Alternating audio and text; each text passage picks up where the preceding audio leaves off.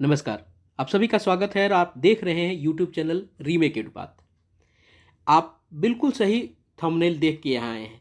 बहुत सारे शिक्षक अभ्यर्थी जो सक्षमता परीक्षा के लिए आवेदन किया है वो परेशान हैं कि हमारा अभी तक एडमिट कार्ड आया क्यों नहीं।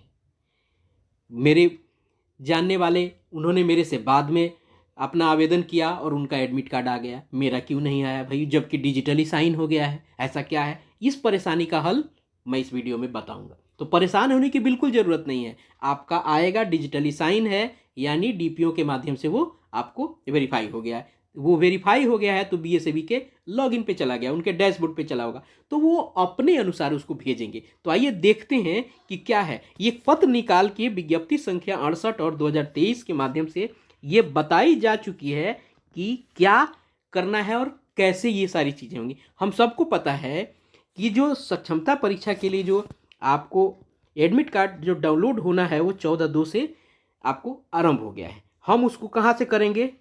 BACV-Sakshamta.com से करेंगे।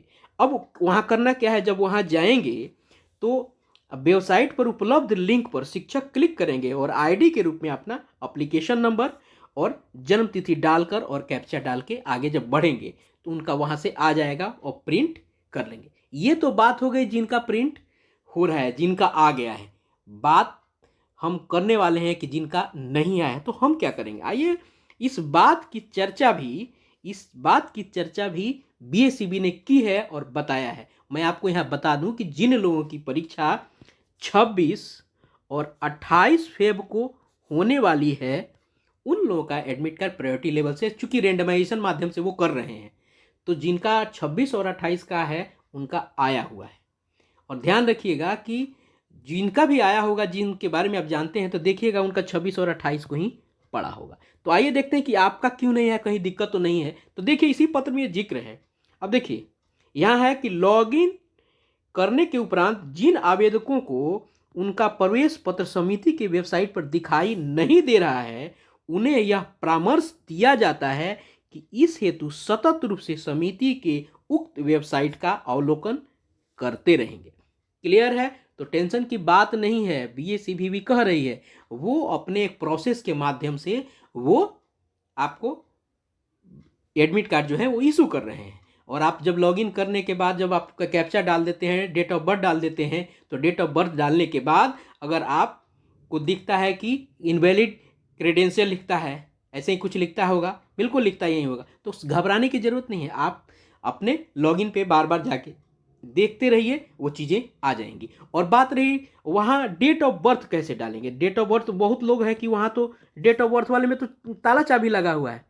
तो आपको क्या करना है, जब आपने डेट ऑफ बर्थ डालना है, मान लीजिए आपका डेट ऑफ बर्थ है 12/6/1988, तो आपको क्या करेंगे, 12 बीच में ये आपको डैश देंगे, उसके बाद 0 6 फिर ये ऐसा करेंगे और उसके बाद 1988 लिखेंगे। ठीक है, यही मान्य होगा वो, न कि 12.06 ये 1988, नहीं नहीं, ऐसा वाला मान्य होगा। क्लियर है? और ना ही अगर आप इस 0 को हटा दें, केवल 6 लिख दें, तो वो मान्य होगा। ये ऐसे नहीं मान होगा। मेन अगर जो उसका फॉर्मेट है वो मान इसी फॉर्मेट में होगा, इस ऐसे ही होगा।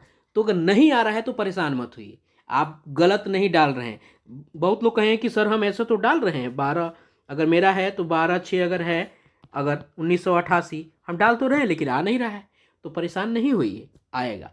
बीएसईबी भी ये मान रही है और कह रही है कि जैसे जैसे अपलोड होगा वो आएगा। चूंकि हो सकता है कि आपकी परीक्षा बाद में होगी, जिनका भी आया हो 26 और 28 वाला को ही आएगा, 26 और 28 वालों का ही आएगा। परेशान होने की ज़रूरत नहीं है, वेट कीजिए, वॉच कीजिए और अपने आप को धीरज में रखिए, आएगा ही और ज़रूर आएगा। चलिए अपना ध्यान रखिए और इंतज़ार कीजिए, बहुत जल्दी आपको आपका एडमिट कार्ड आपके डैशबोर्ड पे रहेगा। Thank you so much. अपना समर्थन और सपोर्ट बनाए रखिए। वीडियो अगर अच्छा लगा तो लाइक कीजिएगा। जय हिंद, धन्यवाद।